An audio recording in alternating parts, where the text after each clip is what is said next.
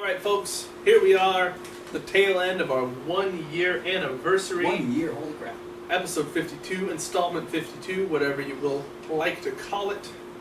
Yeah, so this is the Indie News segment. Indie News! Where we talk about stuff that's not the stuff you watch on TV weekly.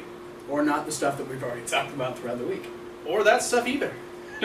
A good majority of the stuff we talk about here happens on the weekends, which is why you get it after the weekend is over. Absolutely.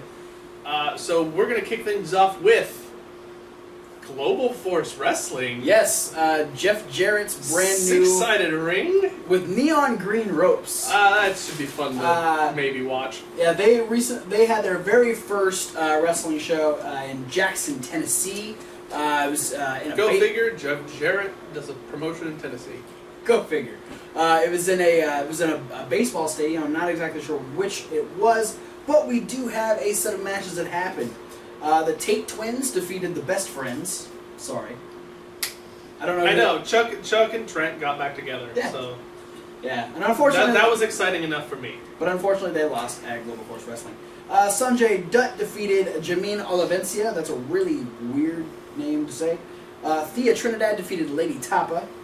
Moose defeated Kevin Matthews, and Moose hit a bionic elbow as an homage to the late Dusty Rhodes. Chris Adonis Mordetsky, formerly known as Chris Masters, defeated Dustin Starr with the Master Lock. And in the main event, the Bullet Club, Carl Anderson and Doc Gallows defeated the New Heavenly Bodies. And Jarrett came out afterwards to shake hands with the Bullet Club to close the show. Well, yeah, he is like an honorary Bullet Club member. Yeah, so I always forget about that. Not too surprised there. Yeah, but that is it for my results. What do you got, Hawk? All right, so I know the show you have been waiting for all month, last 2 months, Combat Zone Wrestling's Tournament of Death 14. They posted shit on their Instagram. From Townsend, Delaware. Instagram scarred me for life. First round matches. Jake Christ defeated Ron Mathis in a barbed wire boards match. Matt Tremont defeated Marcus Crane in the Pits and Strips match.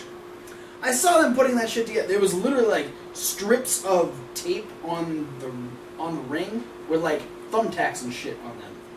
Yeah, it's fucked up, you guys. Seriously. In the Light 2 Bundles match in the first round, Danny Havoc defeated Ricky Shane Page. Everyone's saying that this was the match to watch. It's Ricky Shane Page, of course. And then the three-way match was Fans Brings the Weapons. Nation of Intoxication's Connor Claxton defeated Nick Gage and CCW owner DJ Hyde. Impressive. So, two huge deathmatch veterans taken out by the relative newcomer Connor Claxton. Yeah. Then we had the first non-tournament match, the LOL, the Ladders, Orange Sacks, and Legos match, where Nation of Intoxication's Lucky 13 defeated Eric Ryan. So fucked up. Then in the second round, we had another Late 2 Bundles match where Matt Tremont defeated Danny Havoc. And then a Panes of Glass match, Connor Claxton defeating Jake Christ, advancing to the finals. Then we had the secondary non-tournament match in the Scaffold match, where Dave Christ defeated Devin Moore of the Nation of Intoxication.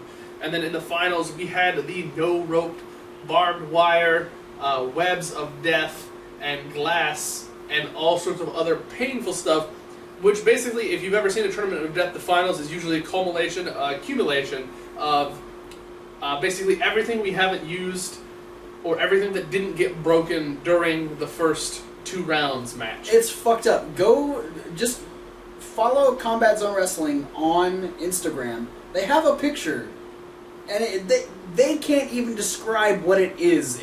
It's a weird combination of barbed wire and panes of glass, and it's fucked up. Yeah, and in that finals match, Bulldozer Matt Tremont defeated the Nation of Intoxication's Connor Wrench Claxton to become this year's Tournament of Death champion. Congratulations, you sick son of a bitch. Kudos to Matt Tremont. You're big, you're ugly, you're tough. And now you're covered in blood, and you got a cool trophy out of it. Yeah. Good for you. But then really, I know the stuff you like came from the center of the country this go-around. From Chicago, Illinois, Chikara! Chikara from the Logan Square Auditorium in Chicago, Illinois, presented Sword of Destiny on the 13th. Hashtag Chicago. Chicago. Yeah, awesome showing. We had the expansion pack that happened first. 2 matches. Missile Assault Ant defeated Eric Cannon. Eric Cannon, one of my favorites. Super excited to hear that Eric Cannon showed up for this. Talk to me later about another project that Eric Cannon might be part of. Okay. That I won't mention on the show. Are you talking to me or are you talking to them? Anybody. His email's down there if you want to talk to him. So. Yeah, and then NRG defeated the United Nations, Juan Francisco de Coronado, and Rakesh Sabar in a tag team match. Yeah. And the one thing about the Missile Assault and Eric Cannon match, Kevin Conran was on commentary, and after the match was actually yelling at Missile Assault Ant that he is a man. Yes. So he's trying to get, like he did with Volgar, who's now Lucas Calhoun, he's trying to get people to unmask and become just like regular wrestlers. Yeah. So he's trying to amass an army, and I'm kind of excited for it. Absolutely. And then on the main card, we started things off with a challenge of the Immortals Trios match. The Battle Hives, Amasis, Worker Ant, and Ashley Remington defeating the Arcane Hordes, Ultramantis Black, and the Patiri. Then we had Kevin Condren and Lucas Calhoun, who we were just talking about, get a win over the former Grand Champion Icarus and the current Young Lions Cup champion Heidi Lovelace. Wow. Silver Ant defeated Blaster McMassive in what's said to be the match of the night. Yeah, people were raving about that one. Yeah. Then we had a match that was originally scheduled as a trios match, was taken down to a tag team match. Challenge of the Immortals, the Nightmare Warriors now just being represented by Frightmare and Hollowwicked, taking on the BDK, Jakob Hammermeyer, and Soldier Ant. Nightmare Warriors win, Hollowwicked getting a roll-up on Jakob Hammermeyer. This one had a run-in from all 3 members of the Colony. Worker Ant, Silver Ant, and Fire Ant all came out while the referee was distracted and all saluted to Soldier Ant in a way of maybe trying to break whatever mind control or brainwashing has happened to Soldier Ant during his absence. Ooh. Unfortunately, the Nightmare Warriors, other members, Blind Rage and Frightmare, tried to push the Colony away. Yeah. So nothing really came of it, but just an interesting little idea that actually happened. That's interesting. Like, well, okay, has it really been talked about, like, what's going on with Soldier Ant? Because I know he's got the whole prisoner of war thing, and he's got the issues with the Colony. Is Jakob maybe using the Eye of Tyr? That's sort of one theory. The main thing is that we know that he was brainwashed during the time Chikara was away. He was brainwashed by the Flood. Right. So, it's not 100% certain as of who is actually controlling Soldier Ant, or at this point, now that the Flood is disbanded, if anybody is controlling Soldier Ant. He could just be a product of what has happened to him. That's fair. Then we had Eddie Kingston defeat Jaka, spawning from last month's shows. Then we had another Challenge of the Immortals match, the Wrecking Crew being represented by Smashmaster and Rumble Crunch defeating Argus and Ophidian of the Snake Pit. I know, you're sad. Buckabell's gonna beat your guys. Every friggin' time. And then we had the touted main event, the Chikara debut of Tommaso Ciampa, as he took on the old-timey King of Swing, Dasher Hatfield. Dasher Hatfield having 3 points for title contention and having to face a newcomer. Points on the line. Dasher Hatfield now has 4 points. Holy shit, he beat Tommaso! He defeated Tommaso Ciampa, and then the crowd went nuts. There was a standing ovation, and for the first time in Chikara history, they had an encore. An unscheduled impromptu match, Challenge of the Immortals, Crown and Court members Jervis Cottonbelly and Los Ice Creams defeated Juan Francisco de Coronado, the Proletariat Boar of Moldova, and Rakesh Sabar in an impromptu encore match. That's like their second point. Yeah. For Crown and Court. And as far as what most people are saying, is this is the first time that anybody can recall that a wrestling show has ever produced an encore match. You know what? If any promotion were to ever do it, it would be Chikara. And then earlier today, on the 14th, from Indianapolis, Indiana, over 1,000 days since the last time they've performed in said city, Chikara returns for shock and awe. Where we, again, started things off real quick with Challenge of the Immortals points, another trios match. This is the Arcane Horde, Ultramanus Black, and the Materia versus... This is where we've got like the 4 trios matches, right? Yes. Okay, this is big. Except due to... I think it's Pinky Sanchez not being able to make the show. Oh, so one of them changed. Yeah. Right, okay. The same way the BDK versus the Nightmare Warriors was supposed to be trios, turned into... Right. Okay. Tag. It happened again. Okay. But yeah, Arcane Horde, Ultramanus Black, and the Materia versus Crown and Court, Jervis Cotton Belly, and Los Ice Creams. The Arcane Horde won. It was said that it looked like during this match, Ultramantis Black hurt his knee, and they went to a fast finish to take the match home. Noting that it was awkward that Kodama won using a flying forearm. That is a little awkward. That's definitely not a finisher move, especially from someone like Kodama. Yeah. So. Then we have the Young Lions Cup Championship defense. Heidi Lovelace successfully defending against the Gecko-Roman wrestler Argus. Nice. And then we had another COTI match. The Wrecking Crew versus the Nightmare Warriors. We had Smashmaster, Rumble Crunch, and Jaka versus Silver Ant, Blind Rage, and Frightmare. The Wrecking Crew won with a top rope splash from Jaka to Silver Ant. Post-match, Blind Rage and Frightmare carried Silver Ant out of the ring. And it looks like it's possible that Silver Ant will have to answer for his loss to Hall of Wicked. That's not good. Then we had another Challenge of the Immortals match, this spawning from the fact that the Snake Pit was scheduled to face the BDK in a trios match, but BDK only showed up with 2 members, so we had a singles match pitting Snake Pit member Eddie Kingston versus Gentleman's Club member Drew Gulak. And Eddie Kingston scores a point for the Snake Pit. Snake Pit. Then we had the Dasher's Dugout versus the Battle Hive. This was the Throwbacks and Icarus versus Amasis Worker and Ashley Remington. Nice. Dasher's Dugout takes the point for this one. Wow, alright. Cool. And then we had the tag team match, the Snake Pit versus the BDK. Snake Pit takes the point for that one, Ophidian and Shinron. Yeah, Snake Pit on fire. Yes. And then we had the Grand Championship match. Hall of Wicked defending against Oleg the Usurper. And your winner and still Grand Champion, Hall of Wicked. Plus, another encore match. What? Post-show, in Trios action, non-Challenge of the Immortals, because this first trio was not a trio in Challenge of the Immortals. Team NRG teamed with Fire Ant versus the United Nations, Juan Francisco de Coronado, Proletariat Bora Moldova, and Prakash Sabar. NRG and Fire Ant picking up the win. Alright. Wow, lots of stuff happening in Chikara. Yeah, lots of crazy cool stuff. And we love Chikara. We do. End of story. There's something really entertaining going on right now. I'm looking at the playlist. Oh. Is the playlist sneaking up on me? Is the playlist telling you jokes? No. Okay. You have Piso News. I do.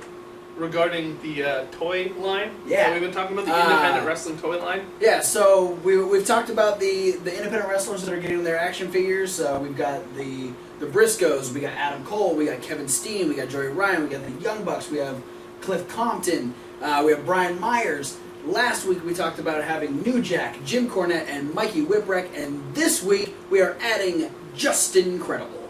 So we're adding another ECW name to the list like we did last week with New Jack and Mikey Whipwreck.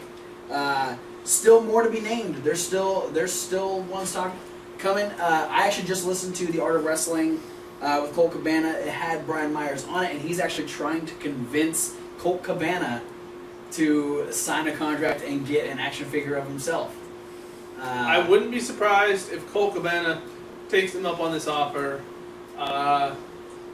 procures a box of his own action figures, and then sells them at his shows. I would absolutely buy a Colt Cabana action figure, but you know I would absolutely buy a Colt Cabana. because that's not weird. That's all I really got. Action figure, I meant. Yeah. That's all I really got as far as news. Let's move on. But I know you got Upcoming events. One more match added to Best in the World. Alright, so we'll go through what we've got.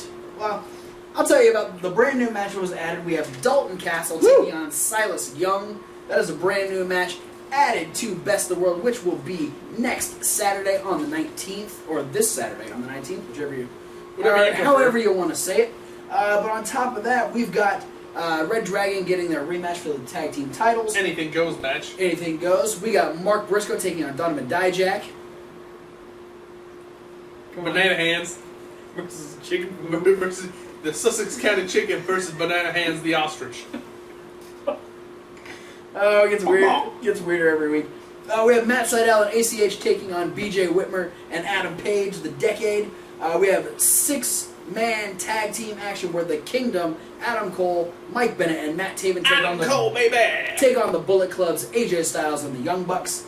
And then, of course, we have our triple threat #1 contenders match: Moose, Roderick Strong, and Michael Elgin. That's the match I'm looking forward to, man. They will I am face, ready. at a later date, the winner of title versus title, Jay Briscoe versus Jay Lethal. Somebody's walking out with 2 titles, and their name is going to be Jay. And they're going to have a challenger waiting for them. And I want to keep upcoming events going because the next day we have the beginning of their next TV tapings. We should be able to watch on Destination America. Yes. And this will be in the same building, Terminal 5 in New York City. Oh. One match has been announced. The Addiction will take on the team of AJ Styles and Samoa Joe.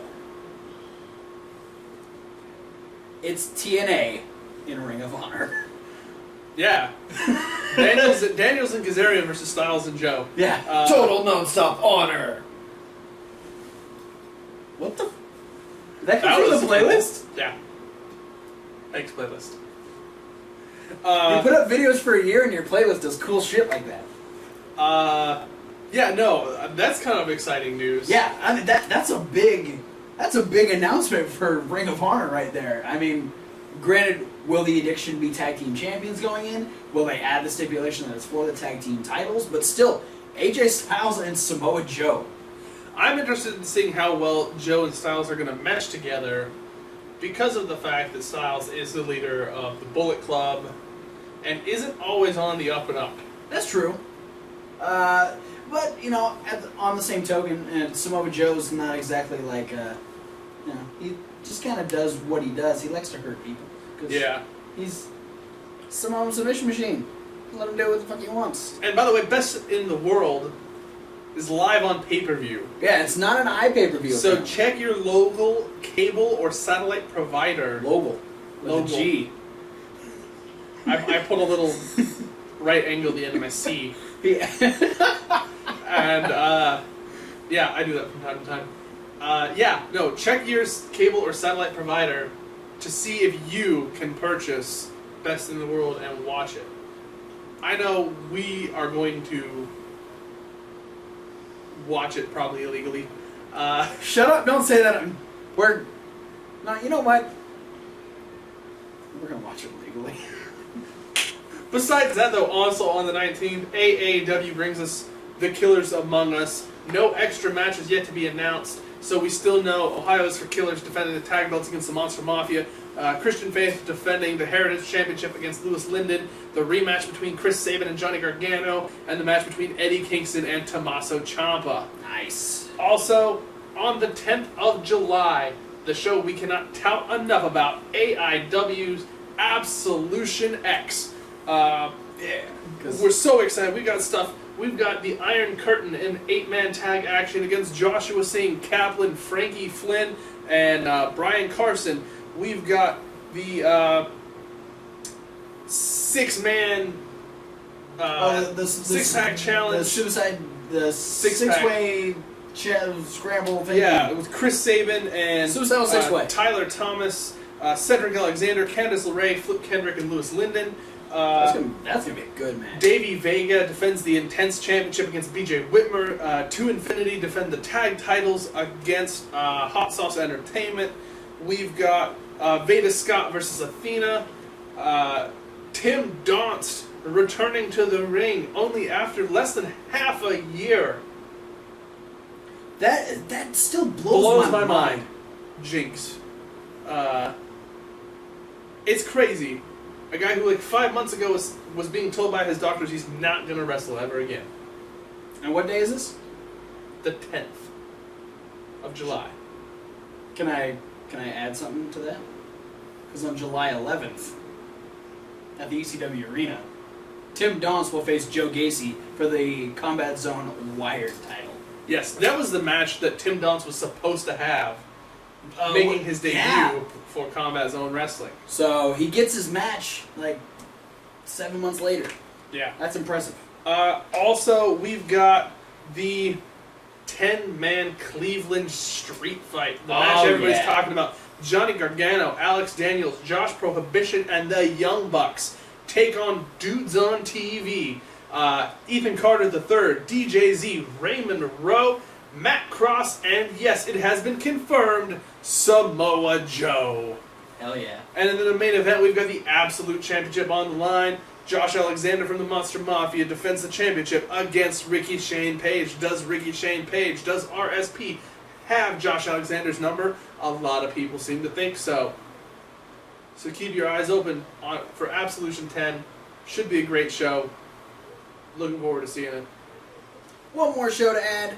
Ring of Honor is officially, they're going to have 3 sets of TV tapings leading to Death Before Dishonor 13, which will be Friday, July 24th at the William J. Myers Pavilion in West Bay Avenue in Baltimore, Maryland. No matches announced, but it will be... That's going to be live on iPay-per-view. Yes. Yes, it will be. And that is it for the news of the independent wrestling circuit. I was going to say something like that. You stole it from me. And the playlist is freaking out right now. It's happy, I think. Unhappy. No, it's pissed. Either way, thanks guys for helping us close out the year, our 1-year show, episode 52, installment 52. Check out the playlist. We've got all the usual stuff. We've got Raw review, SmackDown rundown, midweek wrap up.